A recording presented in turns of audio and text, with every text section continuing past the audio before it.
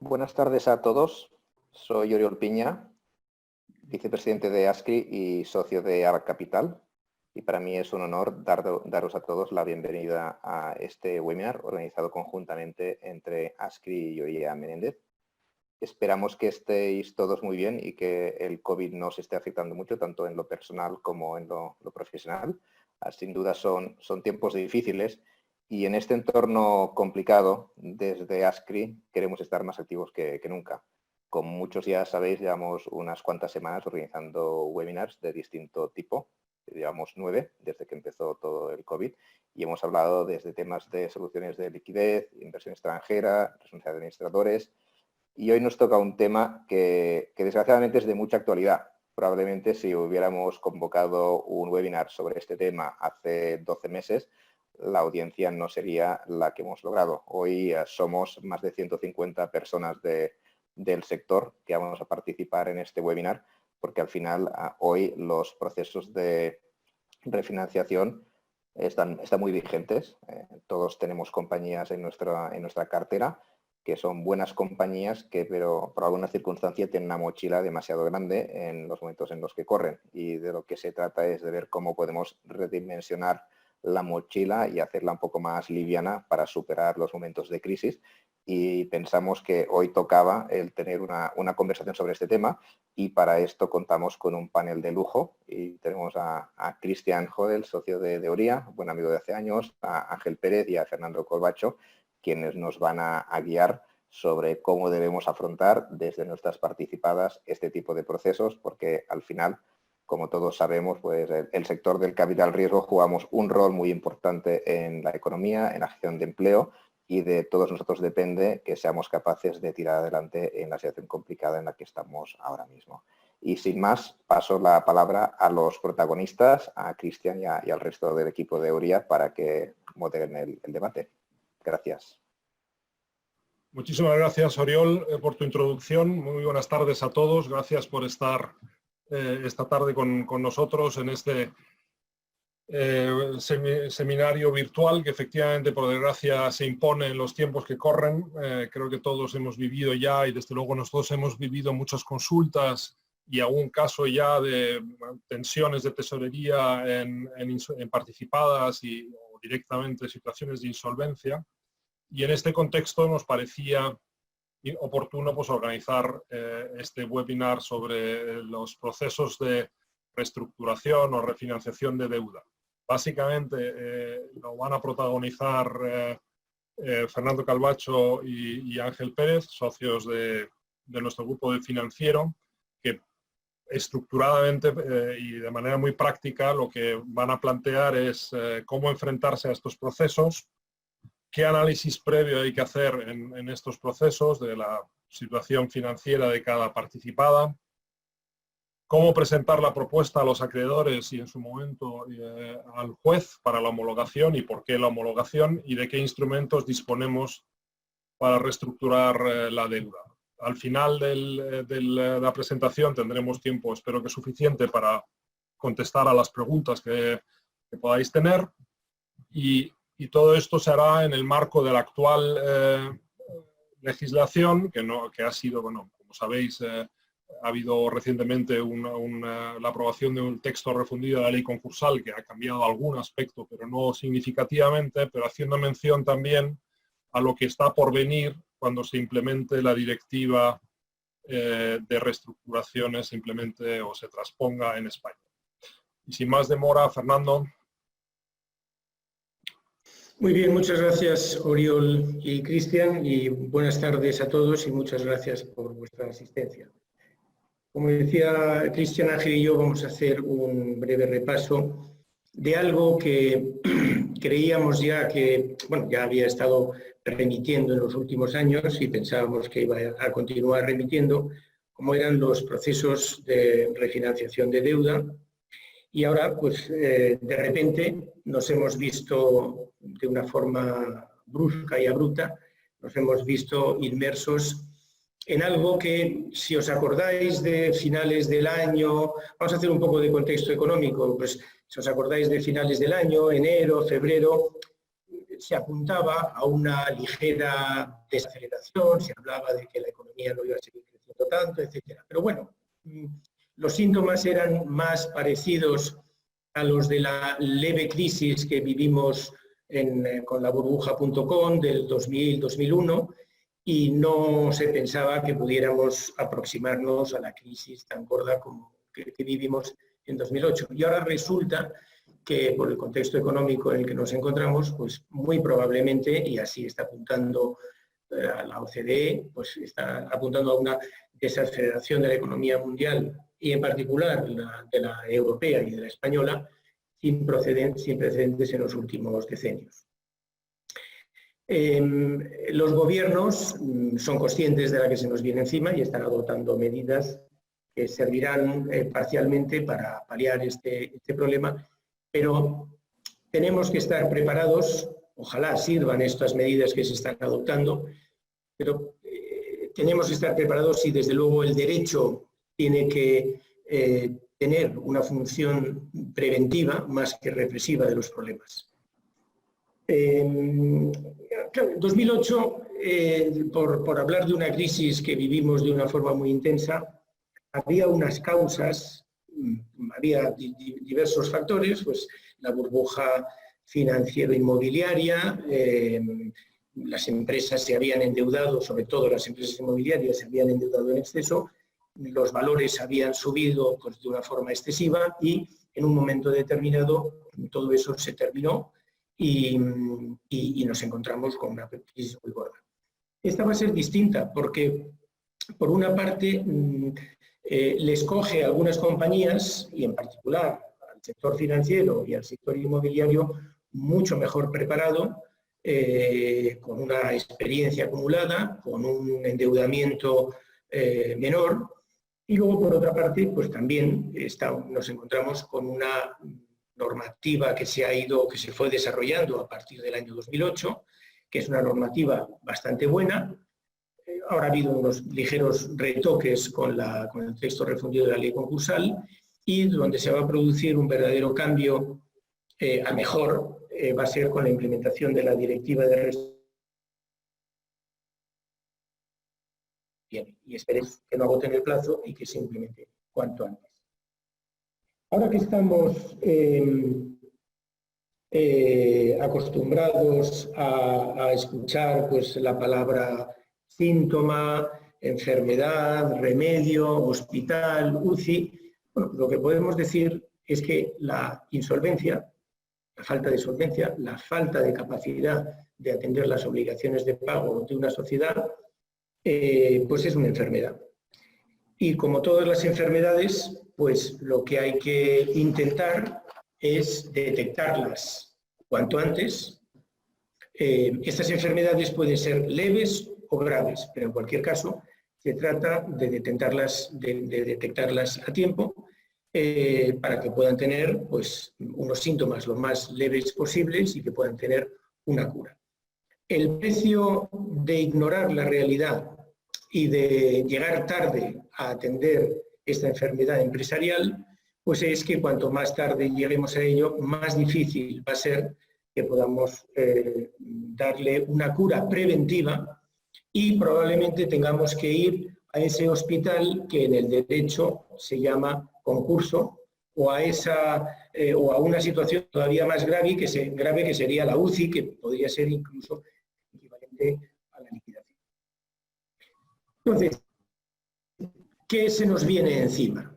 No se trata de ser agoreros, pero lo más probable es que de aquí a los próximos meses pues, se nos venga encima una crisis económica que ponga de manifiesto pues, una falta de solvencia o de liquidez de muchas empresas que no habían cometido ningún exceso, eran empresas perfectamente solventes, que tenían su plan de negocio, que tenían su actividad, ganarían más o menos, pero no se podían imaginar hace unos pocos meses, a principios del año, que se le podía venir encima la que se les ha venido simplemente porque se han quedado, no sé, por poner un ejemplo, el sector hotelero o el sector turístico, el sector de la aviación, se han quedado prácticamente sin ingresos de la noche a la mañana.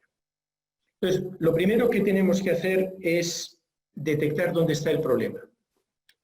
Si estamos hablando de una sociedad, pues el problema es muy fácil detectarlo en la sociedad. Si estamos hablando de un grupo societario, tendremos que identificar cuáles son las sociedades, porque dentro de un grupo no todas las sociedades, ni todas las deudas, ni todos los acreedores tienen por qué verse afectados por un proceso de selección. Tenemos que ser de selección, de refinanciación, tenemos que ser selectivos y ver cuáles son las sociedades enfermas, cuáles son las deudas que necesitamos tratar con los remedios que ahora os explicaremos, y quiénes son las contrapartes, quiénes son los acreedores que se van a ver afectados. Los acreedores son la contraparte de este acuerdo. Un acuerdo de refinanciación es un contrato que tenemos que negociar y firmar con los acreedores. Y los acreedores tenemos que identificar quiénes son, porque no todos los acreedores son iguales. Como decía George Orwell, unos acreedores son más iguales que otros. Hay acreedores ordinarios, hay acreedores privilegiados, hay acreedores unilaterales que están en una relación bilateral con la compañía, hay otros acreedores que están agrupados en préstamos sindicados, hay acreedores que tienen un mayor control de las decisiones porque tienen una mayor participación en la deuda, hay otros acreedores minoritarios. La deuda puede ser real o estar íntegramente dispuesta o estar pendiente de disponer. Hay también créditos actuales o créditos contingentes que se pueden llegar a producir o no. Hay garantías otorgadas por parte de terceros.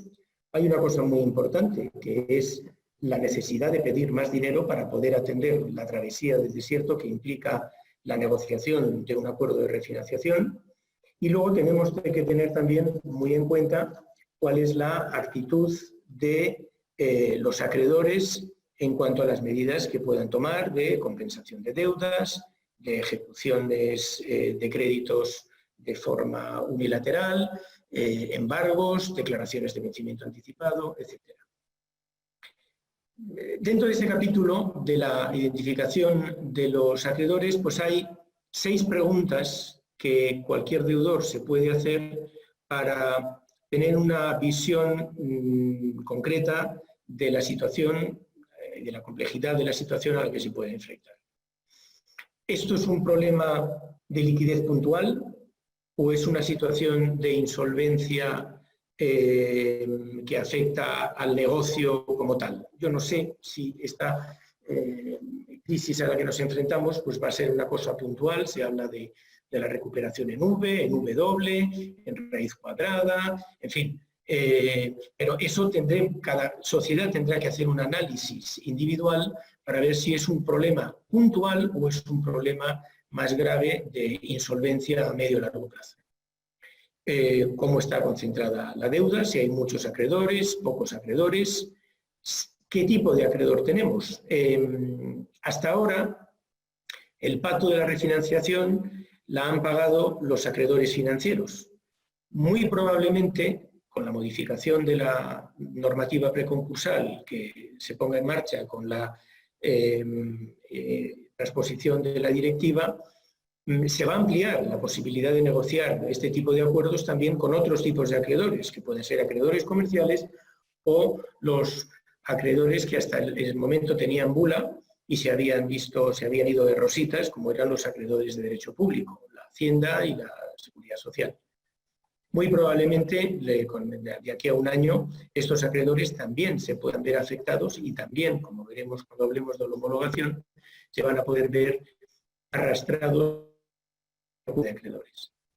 He dicho antes que es importante identificar también si las deudas están atomizadas de manera bilateral o están agrupadas en uno o más créditos sindicados. Es muy importante ver qué liquidez tiene la compañía para ver si va a poder afrontar el proceso de negociación y los estadios iniciales de, una vez firmado el acuerdo, con sus propios recursos o va a necesitar el apoyo de las entidades financieras. Y luego, bueno, en relación con esto, pues ver cuál va a ser la financiación de la compañía a corto plazo o a medio o largo plazo. Muy bien, pues buenas tardes a todos. Antes de empezar, pues nada, tengo que confesaros que el hecho de compartir atril, aunque sea virtual, como en este caso, pues con Fernando Calvacho, a quien tengo un gran aprecio y además hablando él previamente, pues tiene algún inconveniente. El primero es que él es un ponente muy didáctico, muy punzante, puede serlo si quiere, y por eso también no le van a doler prendas en absoluto en criticar o interrumpirme en vivo y en directo si no está de acuerdo con algo de lo que yo vaya a decir. Así que bueno, en lo que voy a contar ahora espero estar medianamente de acuerdo con lo que Fernando piensa para no ganarme algunas reprimendas en vivo y en directo delante de vosotros. Así que nada, con esta presión añadida voy a tratar de contaros un poco los objetivos de la refinanciación. El objetivo debe ser, en teoría, conseguir una solución global y prácticamente o relativamente definitiva.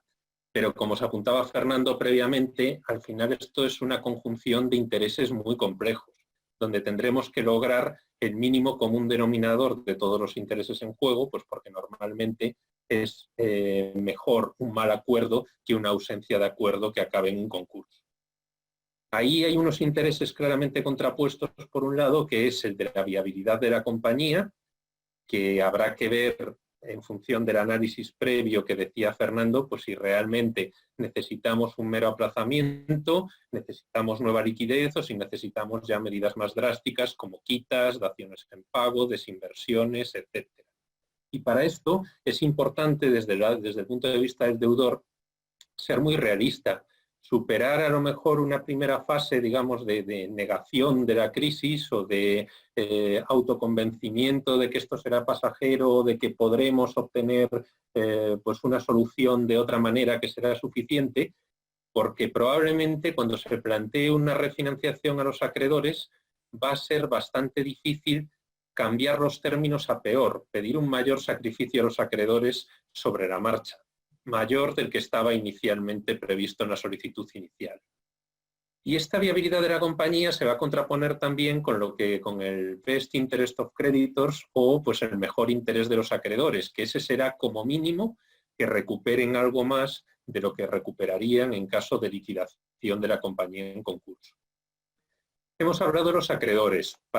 En una refinanciación es necesario tener un respaldo grande de un grupo de acreedores. Por eso la compañía debe intentar conformar su grupo de acreedores de referencia y que ese grupo perdure en el tiempo. Para eso es malo que alguno de estos acreedores se baje del barco a mitad de reestructuración o de refinanciación y que venda la deuda a un fondo distrés que pueda tener pues, una estrategia de loan to own, o sea que simplemente compre la deuda para tratar de acceder al capital o para que la compre con un descuento muy relevante y por lo tanto pues tiene mucho que perder, tiene poco que perder y entonces cambien las reglas de juego de la refinanciación que estábamos planteando en ese momento, ¿no? Pero de otro modo, pues también estas ventas a otro tipo de fondos pues pueden llegar a tener su efecto positivo en algún caso. Es decir, si es un fondo que ha comprado con un gran descuento, pero tiene una vocación de cierta permanencia o cree en el negocio, pues en ese caso ese fondo, por ejemplo, puede estar dispuesto a aceptar quitas más superiores a las que podría estar dispuesto a aceptar alguno de los bancos, pues porque tiene muchísimo más margen, todavía seguiría ganando dinero. Estos son procesos largos, pero el tiempo es esencial. Entonces es muy importante conseguir una gestión ágil del proceso porque el balance y la liquidez de la compañía pues se van a ir deteriorando cada día. Además, pues van las condiciones que puedan ofrecer los proveedores de la compañía cuando sepan que ésta está en situación de insolvencia o próxima a ella, pues se irán endureciendo, con lo cual la compañía pues tendrá más dificultades para conseguir sus suministros. Al mismo tiempo, también los clientes, sabiendo de la situación de debilidad, pues podrán a lo mejor apretar más en las condiciones de pago y conseguirán más ventajosas. Y habrá que tener analizado muy en detalle cuáles son las necesidades futuras de caja y las principales actuaciones que habrá durante todo el proceso de refinanciación. Esto nos une, esto se une a otro de los grandes objetivos que debe tener la refinanciación, que es conseguir la confianza de los acreedores. O sea, la confianza es una palabra clave que va a determinar que el mismo management que estaba en la compañía al inicio de la refinanciación pueda seguir tras ella. Hemos visto varios casos en los cuales la pérdida de confianza por parte de los acreedores ha determinado que una de las condiciones pues, suponga algún cambio en el órgano de administración o en la dirección de la sociedad cuya deuda se está refinanciando. Y para lograr esta confianza, entre otras muchas cosas, es muy importante que la información que se va a entregar sea fiable.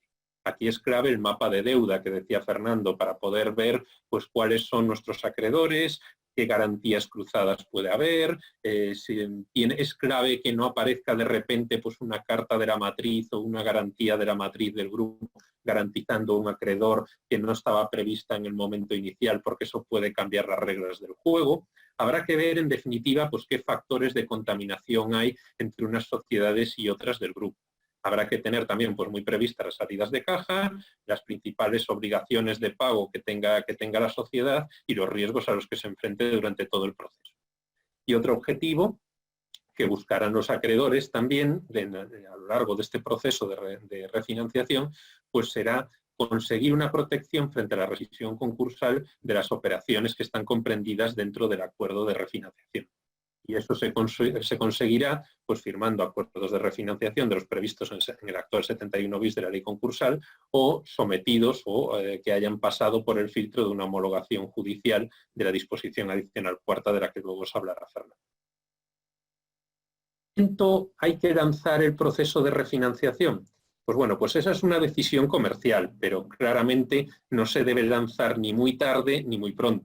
Muy tarde porque el tiempo nos va a comer y porque a lo mejor puede que no dé tiempo para lograr conseguir este difícil equilibrio de intereses, esta búsqueda del mínimo común denominador, pero al mismo tiempo, si es muy pronto, pues puede encontrar a los acreedores financieros que tengan que estar en ese momento prestando más atención a otras operaciones, que se consuman recursos por parte de la compañía, que trascienda que esa compañía está abocando una refinanciación cuando esta no es inminente y que, bueno, pues al haberse lanzado demasiado pronto en el tiempo, las respuestas que obtenga de sus acreedores pues todavía no sean satisfactorias pues porque la presión no está llegando, ¿no? Pero al valorar o al juzgar los tiempos con los cuales hay que lanzar este proceso de refinanciación, no hay que perder de vista los plazos legales para solicitar el concurso por parte de la sociedad o bien para solicitar su liquidación. Y estos plazos, el incumplimiento de alguno de estos plazos legales pues puede determinar la responsabilidad de los acreedores. Para verlo más gráficamente, pues he tomado prestado de la exposición de otro socio mío, pues estos símbolos del coche que parecen bastante ilustrativos. El primero de ellos pues es el signo de que entramos en la reserva, ¿no? De que todavía nos queda algo de gasolina, pero ya no es mucha. Entonces estaremos en un momento de insolvencia inminente. La insolvencia inminente al final no es más que una previsión del deudor de que no va a poder cumplir de manera regular y puntual con sus obligaciones. Es una previsión del deudor. El deudor en España puede solicitar el concurso por encontrarse en un estado de insolvencia inminente, pero no está obligado a ello. Y si luego solicita el concurso en estado de insolvencia inminente, pues no hay presunción de que los administradores, de que el concurso es culpable y de que pueda haber responsabilidades de los administradores en el concurso. Si nos vamos a la otra señal, ya la señal del freno de mano, ahí hay que parar inmediatamente porque realizando el test de caja, aquí se ve que ya la compañía está en una situación en la que no puede cumplir regularmente con todas y cada una de las obligaciones. Es decir, puede tener dinero para cumplir algunas de sus obligaciones, pero ya va a haber algunas que no va a poder cumplir. Aquí está en insolvencia actual y aquí sé que hay un deber de los administradores de solicitar el concurso en los 2 meses desde que tenían conocimiento de la situación de insolvencia. Además, este conocimiento de los administradores se presume por el hecho de ser administradores y si incumplen este deber de solicitar el concurso en este plazo, pues hay una presunción, salvo por el contrario, cuando se analice el concurso, de que ese concurso es culpable. Este deber de solicitar la insolvencia actual, pues bueno, alguna buena noticia nos tenía que traer esta pandemia para el deudor, y es que está en suspenso inicialmente durante el estado de alarma, pero luego ha habido un Real Decreto Ley 16/2020 que ha prorrogado esta suspensión de la obligación de solicitar el concurso hasta el 31 de diciembre de 2020, ¿vale? Para dar mayor plazo a los deudores para que puedan refinanciar su deuda, una medida similar a la que se ha adoptado también en Alemania, ¿vale? Otro concepto también que es relevante es el sobreseimiento general de pagos. Esto ya es un incumplimiento generalizado, no vale con el impago de una deuda, sino que es un incumplimiento generalizado del deudor de sus obligaciones.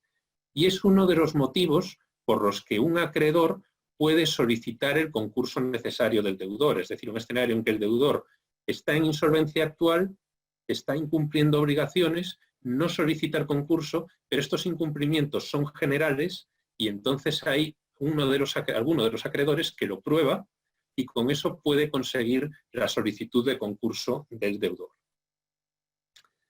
Otra cuestión que también quisiera que os suene, que la tengáis como aviso, aunque no me quiero centrar en eso ni mucho menos, pero por si pues, algún acreedor o algún proveedor pues, pudiera amenazar con ello, es que hay algunos tipos previstos en el Código Penal de sanción de ciertos actos en insolvencia actual o inminente, actos realizados por el deudor en insolvencia actual o inminente.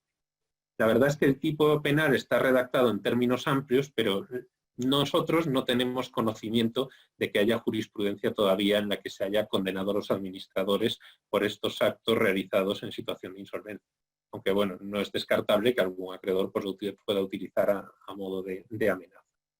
Y frente a estas figuras previstas en la ley concursal o en el Código Penal, también hay otra figura prevista en la normativa societaria, en la ley de sociedades de capital, que es la disolución por pérdidas, que también es un riesgo que puede ocurrir en estos tiempos. Y ese se produce cuando hay pérdidas que llevan a que el patrimonio neto quede reducida a una cantidad inferior a la mitad del capital social de la sociedad. En este caso, los administradores están obligados a convocar una junta para disolver la sociedad o para remover esa causa de disolución en un plazo de 2 meses desde que tienen conocimiento de esa situación de pérdidas.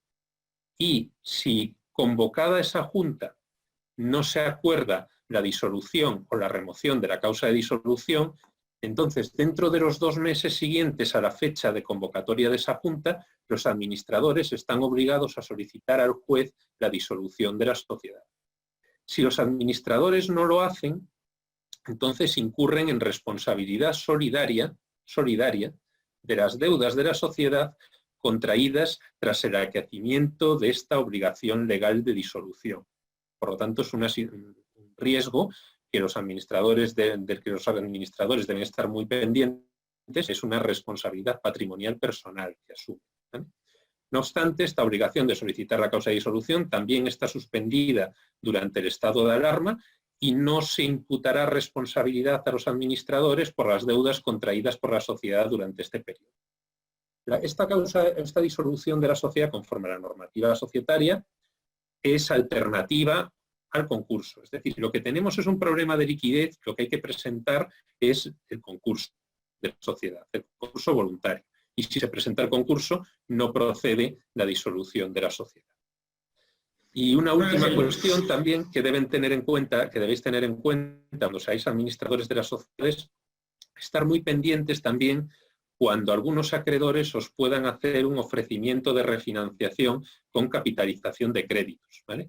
Porque si ha habido una verdadera negociación, un plan para ello, y los administradores de la sociedad o los socios se han negado de manera no razonable a esta refinanciación, el concurso podría considerarse culpable y podría también pues, tratar de imputarse responsable. Esto es un acicate que tenemos en la ley concursal para fomentar los acuerdos de refinanciación y tratar de evitar que la sociedad se vaya a concurso. Esta es la parte a lo mejor pues un poco más negativa de esta presentación, ¿vale? Pero consideramos también importante que tengáis en cuenta los riesgos que afrontan las sociedades en una situación de falta de liquidez o de insolvencia en este contexto. Bueno, se trata de límites que hay que tener en cuenta. Aunque el tema de la causa de disolución, lo importante es que sepáis que es incompatible con el concurso y que prevalece, es incompatible en el sentido de que si una sociedad se ve expuesta a estas 2 obligaciones, que es la disolución y el concurso, prevalece siempre el concurso. Y luego, por otra parte, respecto de la suspensión de la causa de disolución, ayer me hacían una pregunta que me dejó un poco sorprendido, que es, como decía Ángel, la causa se ha suspendido por el Real Decreto este 16/2020 y dice que no se tendrán en cuenta para la causa de disolución las pérdidas que se puedan producir por cualquier causa, tengan su origen en la suspensión por la pandemia o no, pero que no se tomarán en consideración las pérdidas del ejercicio 2020. Es una especie de prórroga o de suspensión de esta obligación. Y luego ya lo que dice a continuación es que ya si en el año 2021 se producen, como resultados de 2021, se producen pérdidas, entonces se reanuda la obligación de promover la disolución. Claro, me preguntaban, pero entonces las pérdidas de 2020 no cuentan. Digo, no que cuentan. O sea, no es que se ignoren las pérdidas.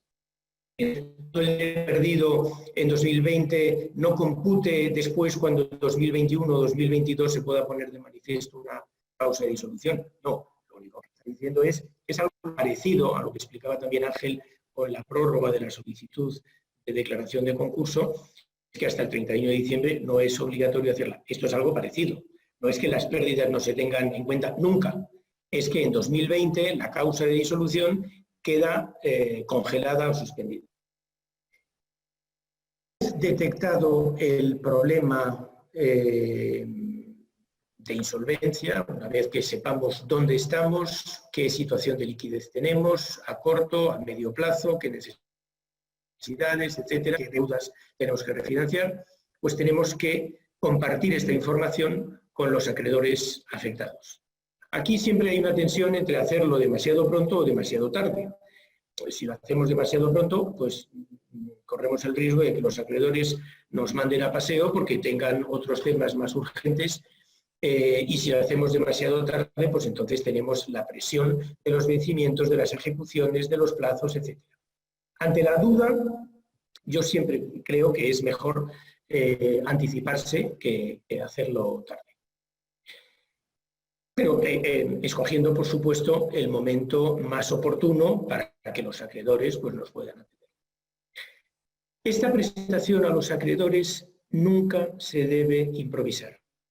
Prepararla muy bien. Ya sé que los españoles improvisamos estupendamente, pero estas cosas no se deben improvisar.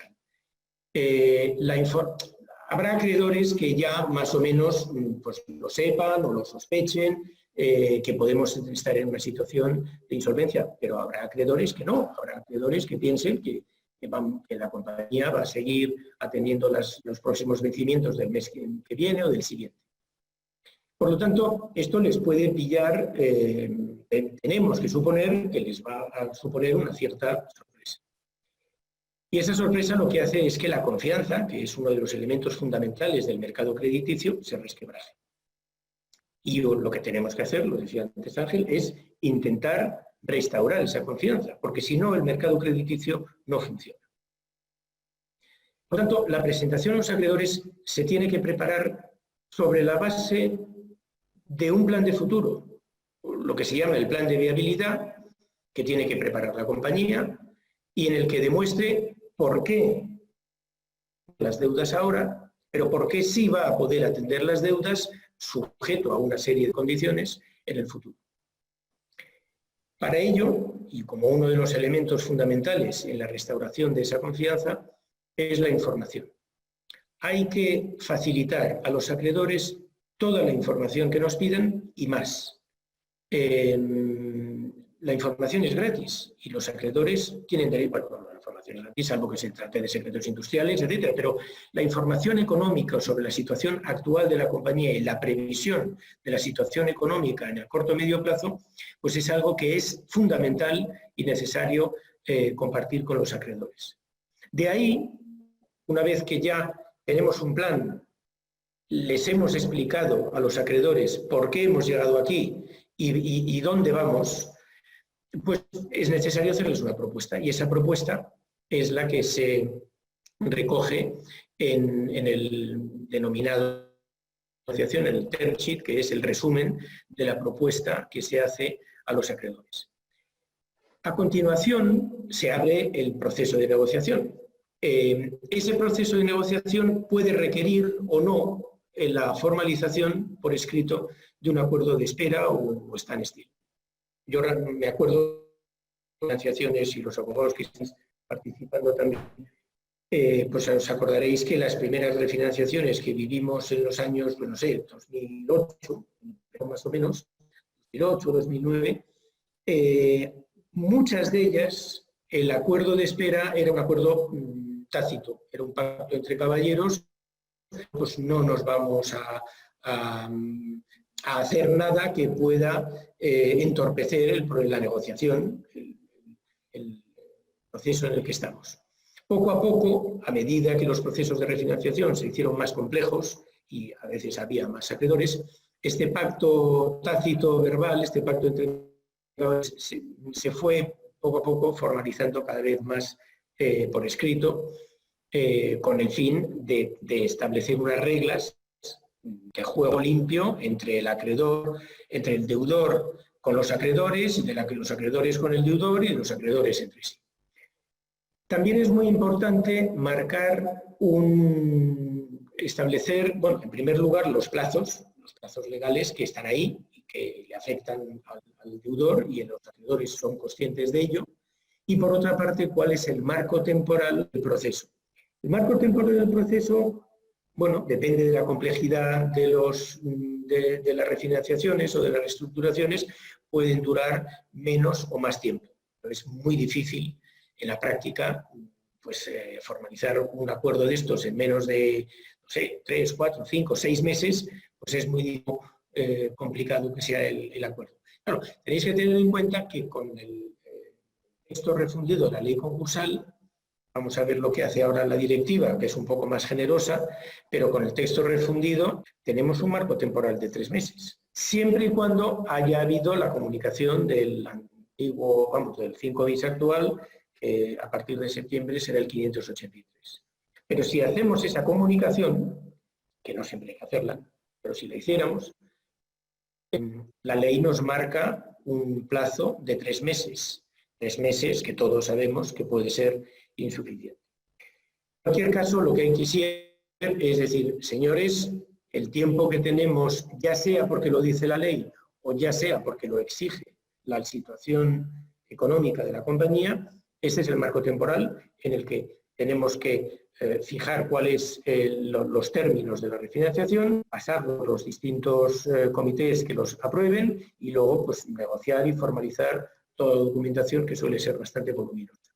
Y finalmente hay que tener también en cuenta la necesidad, la compañía, ya advertí antes, va a necesitar financiarse provisionalmente durante el proceso o por lo menos si va a ser necesario que los acreedores mantengan las líneas que la compañía puede necesitar simplemente para mantenerse viva. Hablando, perdón que interrumpa, del marco temporal, tenéis 10 minutos para dejar tiempo a preguntas y olvidé previamente, si el que quiera formular alguna pregunta, que lo haga por favor a través de la propia aplicación. Gracias. Fenomenal, pues venga, pues vamos muy rápido por esta parte, porque Fernando ya se ha referido al acuerdo de espera o standstill, que es lo que nos permite pues, gozar de algo de plazo, de cierta tranquilidad para negociar esta financiación.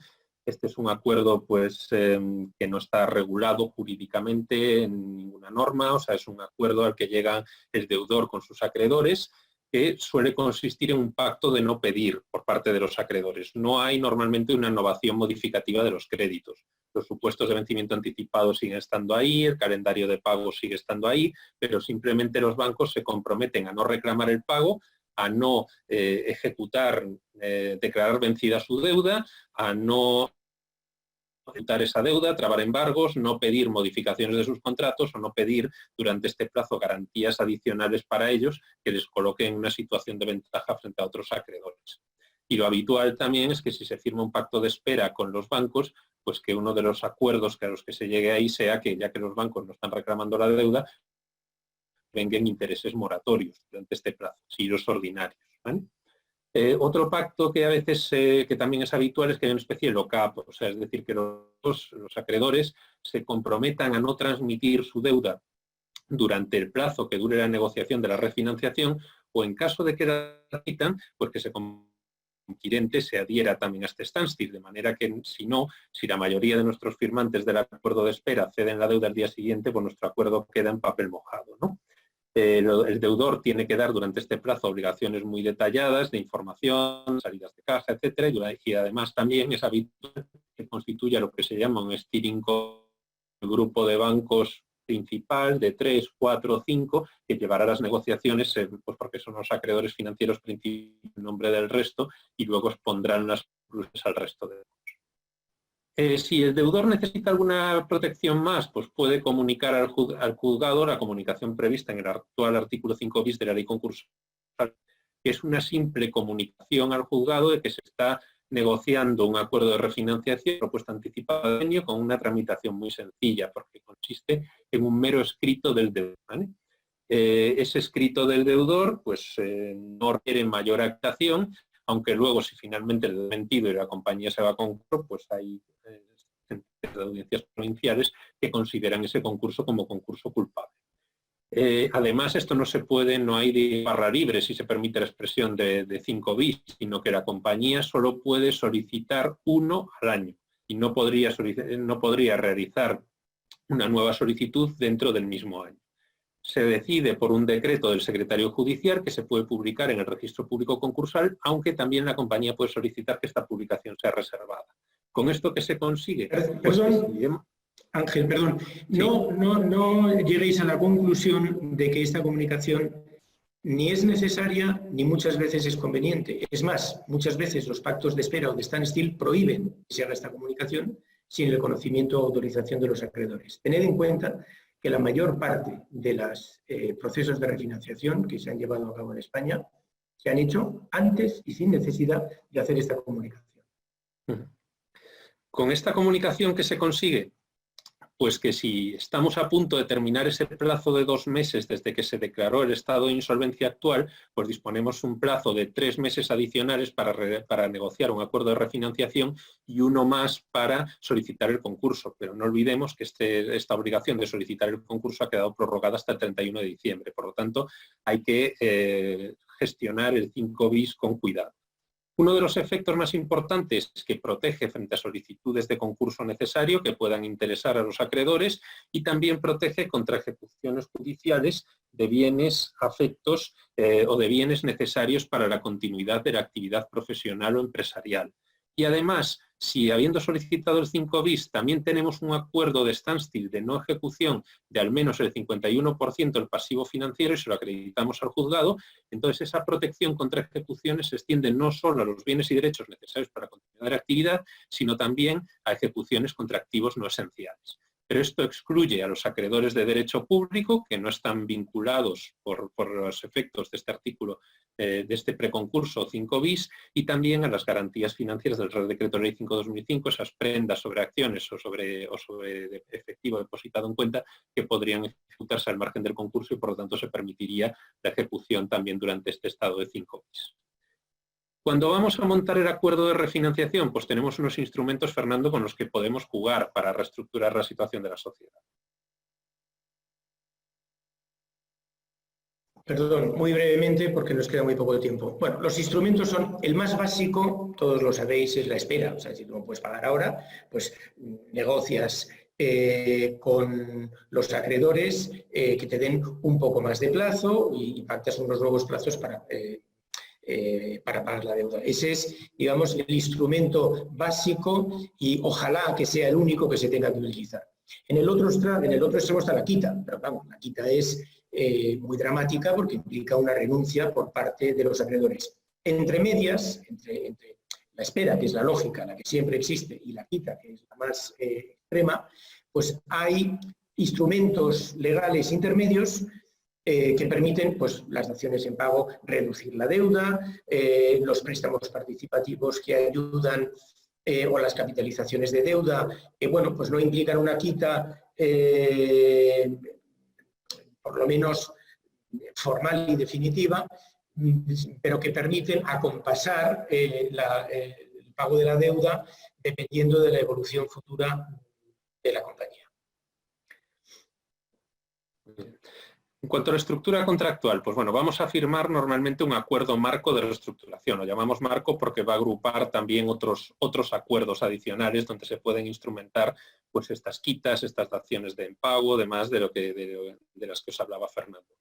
El acuerdo de reestructuración tiene un contenido legal y luego hay otro contenido que está en la práctica en los contratos. El contenido legal es que es un acuerdo que debe establecer una ampliación significativa del crédito o modificación de las obligaciones mediante prórroga del plazo o establecimiento de obligaciones nuevas que respondan siempre a un plan de viabilidad que permita la continuidad empresarial del deudor en el corto y medio plazo.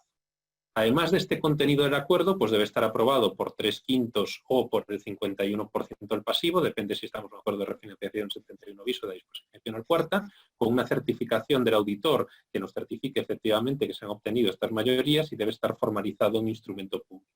¿Pero qué más cosas contiene? Claramente una descripción de la deuda afectada, el mapa de la deuda que se va a ver afectado por este acuerdo, cuáles son los obligados y cuáles son los acreedores. Deberíamos incluir también a los contingentes, porque si tenemos avalistas, aunque esos avales todavía no se hayan ejecutado, si se van a ejecutar el día de mañana, pues lo lógico es que estén dentro del acuerdo de refinanciación para que esta estructura tan costosa que hemos negociado no nos salte por los aires. Habrá también pues, una fecha de corte a partir de la cual digamos que se homogeneizan las deudas, hay que liquidar los intereses hasta ese momento y desde esa fecha de corte pues ya las deudas empiezan a regirse por los nuevos términos que le estamos imponiendo en el acuerdo de refinanciación. Y además estaremos adjuntando una serie de contratos que serán pues, un contrato de financiación o de refinanciación sindicado, un contrato que rija la financiación del circulante y los negocios jurídicos de los que os hablaba Fernando. La eficacia del acuerdo se someterá a una serie de condiciones, como bueno, pues a opiniones jurídicas, etcétera, pero también a una de las condiciones, constitución de garantías adicionales, pero una de las condiciones adicionales que se puede pedir es la homologación judicial. Ojo con la petición de esta homologación judicial como condición suspensiva, porque a lo mejor si la compañía está en una situación en que necesita que entren en vigor los términos de la refinanciación cuanto antes, pues la homologación va a tardar tiempo en obtenerse, al menos 15 días desde que se presenta en obtener la resolución judicial y luego hay un plazo de impugnaciones. Uno de los contratos es el de refinanciación sindicado. Ahí no os voy a contar que tiene un contrato de financiación, sino me voy a detener simplemente en algunas cuestiones que son relevantes en este tipo de operaciones. Habrá que tener mucho cuidado con el régimen de mayorías y supermayorías, porque en este caso pues, habrá ciertas decisiones que son claves, como desinversiones, por ejemplo, que estén previstas en el plan de viabilidad, que para ser dispensadas no bastará una mayoría simple, habrá mayorías reforzadas. Cuidado con las unanimidades, porque una de las grandes ventajas de nuestra legislación concursal ha sido que en las homologaciones judiciales y en los acuerdos de refinanciación se ha conseguido arrastrar acreedores disidentes para que no fuera necesaria la unanimidad de todos sus acreedores. Reservémonos como deudores una cierta flexibilidad para varias actuaciones en el contrato de financiación cuando haya que pedir waivers en un momento posterior. También habrá una figura que será clave, que es lo que llamamos a veces el auditor independiente del plan de negocio. Y lo que pedirán será que haya un experto que se dedique a supervisar el cumplimiento de este plan de viabilidad, que ha sido, digamos, la clave de bóveda, ¿no?, de este acuerdo de refinanciación. Y también habrá que tener cuidado con el régimen de cesión. En un primer momento, por los acreedores financieros, los bancos, estoy hablando de las primeras reestructuraciones de 2008 o 2010, eran bastante reacios a que pudieran entrar fondos, mientras que ahora pues están dando cada vez mayor prioridad a la liquidez de su participación. Eso lo que supone es que a lo mejor una vez reestructurada la deuda, esa vale más y pueden vender al día siguiente y nos encontraremos con un sindicato completamente diferente. Si tenemos diferentes niveles de deuda y algunos de deuda no sostenible, a veces la inclusión de un mecanismo de stapling lo que puede permitir es que si hay que transmitir tanto la deuda sostenible como la no sostenible al mismo tiempo, evite que los fondos más loan to own se concentren en los tramos de deuda no sostenible. Líneas de circulante, pues bueno, lo que se tratará también de ver en la refinanciación es que queden como líneas de circulante lo que es verdadero circulante, no deuda estructural que tiene la apariencia de circulante pero que se va disponiendo de manera continuada, ¿no? Y podrá haber pues, un contrato sindicado de circulante o unos contratos bilaterales que tenga un acuerdo marco que homogeneice las condiciones para la disposición, que asegure que se dispone proporcionalmente entre ellos, que los márgenes son los mismos, que uno no puede cambiar sus contratos para sacar más ventajas que el resto de acreedores, declarar el vencimiento de su contrato o solicitar el concurso de manera independiente al resto de los acreedores, porque eso podría poner en peligro la reestructuración que tanto trabajo ha costado. Bien, y para terminar, la homologación judicial. Una vez que se ha formalizado el acuerdo, ¿qué es la homologación judicial? Pues la homologación judicial es la solicitud que se hace al juzgado para que reconozca la validez del acuerdo de refinanciación con dos efectos. Uno, proteger los acuerdos que se hayan formalizado en particular, o si ha habido daciones en pago, o si ha habido otorgamientos de nuevas garantías, que se protejan frente al riesgo de que si la compañía entra en concurso en los 2 años siguientes, se puedan rescindir y por lo tanto perjudicar a los acreedores que han recibido esos bienes o esas garantías. Para ello, la ley establece una mayoría del 51% del pasivo financiero. Y el segundo efecto que tiene es, que este es muy importante también, es la posibilidad de extender los efectos, la espera, la capitalización de créditos, las daciones en pago, la conversión en préstamos participativos, subordinados,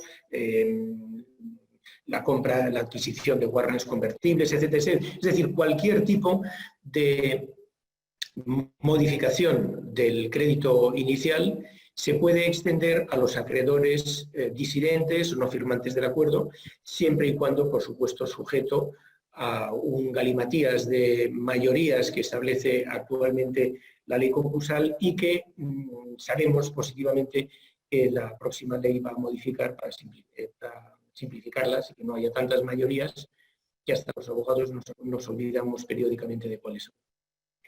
Y con esto hemos terminado y si os parece, pues tenemos unos minutos para atender las preguntas que nos hagáis, siempre y cuando no sean muy difíciles. Muy bien, Fernando y Ángel, muchas gracias. Muy claro, al menos me ha parecido a mí, por la que yo me haya enterado, ha debido ser muy claro. Preguntas que veo que nos han planteado. Empezando por esto último, entiendo que este efecto de extensión hoy por hoy solo se produce, solo se puede arrastrar a acreedores financieros y decíais que previsiblemente en un futuro próximo se podrá también arrastrar a acreedores comerciales, incluso públicos, o cómo es. La directiva lo que hace es establecer una serie de excepciones de cuáles son los acreedores a los que no se le puede extender los efectos. Entre esos acreedores excluidos por la directiva no están ni los acreedores por deudas normales comerciales de la actividad de la compañía, ni tampoco los acreedores titulares de derechos o de créditos de derecho público. Es difícil, en la práctica, muy probablemente, pues hombre, salvo entidades que tengan pues, mucho acreedor de menudeo o acreedores comerciales importantes, es difícil que vayamos a involucrar, o por lo menos hasta ahora, como no se podía hacer, pues tampoco se ha sentido la necesidad de involucrar a los acreedores comerciales. Pero yo creo que se podrá hacer y cuando la compañía lo necesite, pues lo tendrá que ser los acreedores financieros los que paguen los platos rotos. Y luego, por otra parte, lo que es más importante, porque eso sí que nos los hemos encontrado y son verdaderas piedras en el camino, los acreedores de derecho público. O sea, que Hacienda y Seguridad Social no se les pueda vincular, pues yo nunca lo he entendido y espero que deje de entenderlo, o sea, que deje de no entenderlo cuando se modifique el año que viene y de tal forma que se les pueda vincular. Muy bien. Otra pregunta, ¿la homologación judicial se suele utilizar cuando hay disidentes en la negociación? ¿Es siempre obligatorio o conveniente tras una refinanciación?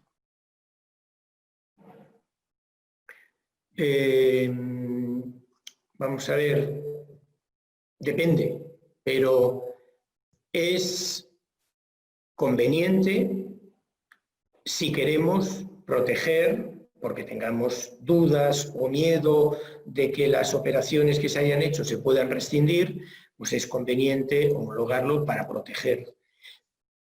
Digo que es conveniente porque si echamos mano de la experiencia de los últimos 10 o 15 años, tampoco ha habido tantas acciones rescisorias. O sea, ha habido montones de daciones en pago, montones de garantías otorgadas, pero en la medida en que se hayan otorgado en condiciones de mercado no se tienen por qué rescindir. Por lo tanto, el problema de la rescisoria es un miedo más para temido que para vivido. Y por lo tanto, bueno, pues oye, la protección de la homologación nos deja más tranquilos, pero no es absolutamente imprescindible. Sí es no más es imprescindible, importante, bueno, lo que sí es un requisito que a veces sí que, precisamente para la protección frente a las acciones rescisorias, aunque no sea un riesgo tan evidente si la reestructuración está bien hecha, pero que a veces sí nos encontramos que las autorizaciones de las entidades financieras sí que lo incluyen como requisito para entrar en el acuerdo de refinanciación. sí, Entonces, en bueno, ese caso no queda otro. si es un requisito contractual, no hay tutía. Más importante me parece la homologación si lo que tenemos que hacer es extender efectos a acreedores disidentes, cuando los haya, porque hay acuerdos de refinanciación que si se aprueban por todos los acreedores y no hay acreedores disidentes, pues entonces este requisito decae. Y entonces la finalidad de la homologación es únicamente dejar tranquilos a los acreedores de que los actos o las garantías no se van a restringir. Otra pregunta. ¿El preconcurso 5 bis se puede solicitar con insolvencia inminente o hay que esperar a que haya impagos? A ver, esta posición, la actual redacción de la ley concursal no lo precisa. Entonces había, como nos gusta decir a los abogados, pues una jurisprudencia vacilante, ¿no?, entre las audiencias provinciales y los tribunales. Unos decían que sí, otros que no. De todos modos, ya el texto refundido de la ley concursal, el nuevo texto refundido, sí que deja claro que se puede pedir el preconcurso tanto con insolvencia actual como con insolvencia inminente. Pero hay que tener cuidado, como decíamos antes, con el preconcurso, porque a veces los deudores pues, tienden a cometer el error de precipitarse a la hora de pedirlo. En realidad, el preconcurso 5 bis solo debería pedirse cuando haya impagos y se aprecie riesgo de inicio de ejecuciones por parte de algún acreedor o de solicitud de concurso necesario por parte de algún acreedor, porque es que una vez solicitado ya pone el reloj en marcha, ya empieza el plazo ese de 3 meses para tener, si no, que presentar la solicitud de concurso si no hemos llegado a un acuerdo de refinanciación, y tengamos en cuenta que pues estamos en una situación con los juzgados que están colapsados, con los acreedores financieros que también están colapsados con multitud de operaciones y además, pues bueno, con este plazo que tenemos hasta el 31 de diciembre de 2020, donde el deudor no está obligado a presentar la solicitud de concurso, ¿no? Así que podríamos encontrarnos pues, en una situación en la que pedimos el 5 bis demasiado pronto, tenemos una protección durante un plazo inicial, pero cuando las cosas se ponen feas y se inician la posibilidad de ejecuciones, pues igual ya hemos perdido esa protección frente a ejecuciones y no podemos volver a pedir otro en el plazo de un año. Muy bien. Y por terminar, en los 2 minutos que nos quedan, preguntan por el caso Celsa. ¿Qué es esto? Bueno, pues es una refinanciación muy bonita en la que llevamos, bueno, en varias rondas en las que hemos venido trabajando pues desde el año 2009. Ahora mismo pues ha saltado a la fama, bueno, ya se habían conocido pues bastantes noticias de las reestructuraciones posteriores, la última de ellas fue la del año 2017. Ahora hay un grupo de acreedores que está compuesto principalmente por fondos, ya que los bancos vendieron su participación de manera mayoritaria en la deuda sostenible y en la deuda no sostenible. La compañía pues, ha necesitado liquidez de emergencia por la crisis del coronavirus, ha obtenido una línea de liquidez de acreedores bancarios, pero esos acreedores pues, solicitaron una prórroga de los plazos de pago de las cuotas que estaban en el contrato de financiación de la deuda no sostenible, para lo cual pues, se pidió un waiver a los acreedores afectados, ¿no?, a los acreedores de este contrato. Un waiver que necesitaba amplias mayorías.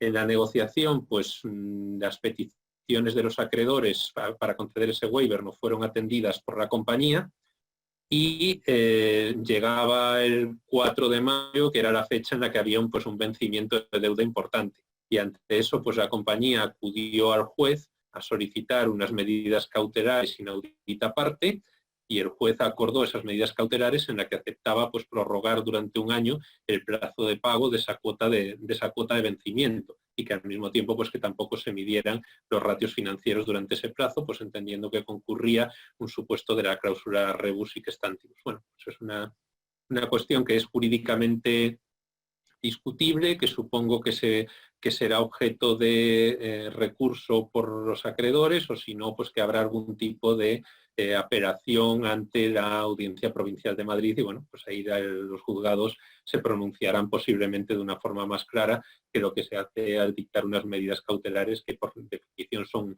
urgentes y que se dictan inaudita parte, que quiere decir sin la comparecencia o sin celebrar una vista donde estén los acreedores afectados.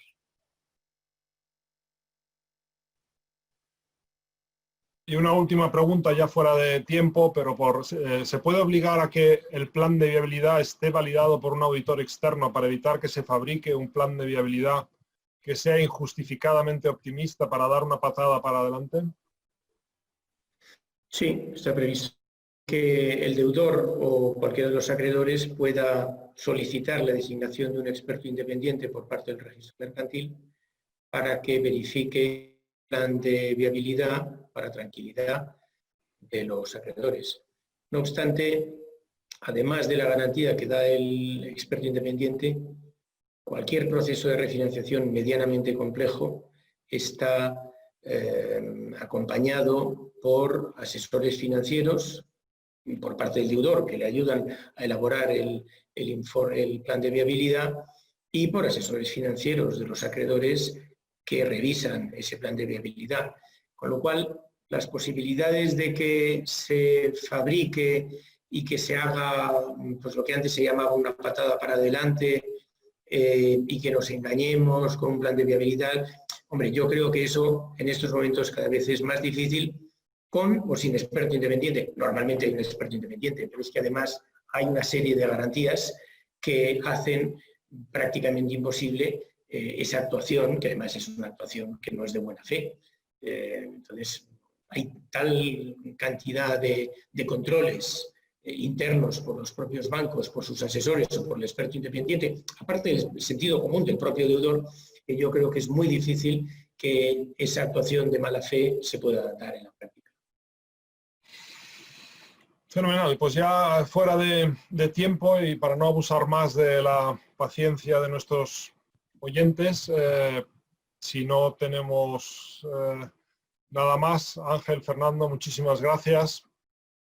Oriol, no sé si quieres cerrar el acto. No, simplemente dar las gracias a los ponentes por vuestros sabios consejos y a los espectadores por vuestra paciencia y por escuchar atentamente esta presentación tan interesante que esperamos que no tengamos que utilizar demasiado a lo largo de los próximos meses o años. Gracias a todos. Gracias. Muchas gracias a todos. Adiós, muchas gracias.